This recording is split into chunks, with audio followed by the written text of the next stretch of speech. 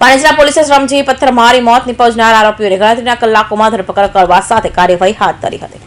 Pandesara police પાસેથી મળતી માહિતી પ્રમાણે બાતમી આધારે બ્રિજેશ ધનરેશ નિષાદ નામના આરોપીને ઝડપી પાડ્યો હતો। આરોપીએ તેના નજીકના સંબંધી એવા દિનેશ હરિપ્રસાદ નિષાદને પથ્થર મારી મોત નિપજાવી હોવાની કબૂલાત કરાતા પાંડેસરા પોલીસે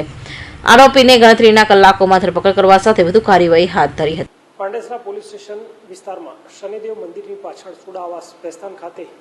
એક ઈસમ લોહીલુહાણ હાલતમાં પડે, જેનો પોલીસને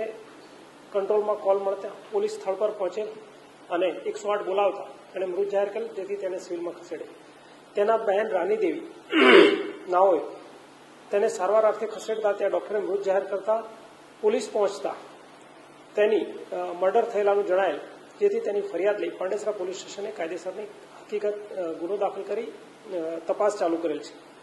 તપાસની વિગતમાં ધ્યાને આવેલ છે કે આ મરણ જનાર દિનેશ નિષાદનો ભત્રીજો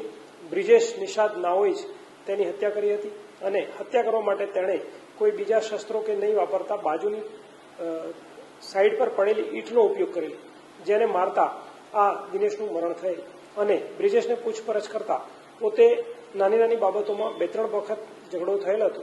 પરંતુ તે દિવસે આવેશમાં આવી અને તેને ઈંટનો પથ્થર મારેલ, જેથી આ મરણ જનાર દિનેશનું હત્યા થયેલી અને બ્રિજેશને ગઈકાલે પાંડેસરા પોલીસે અટક કરેલ છે।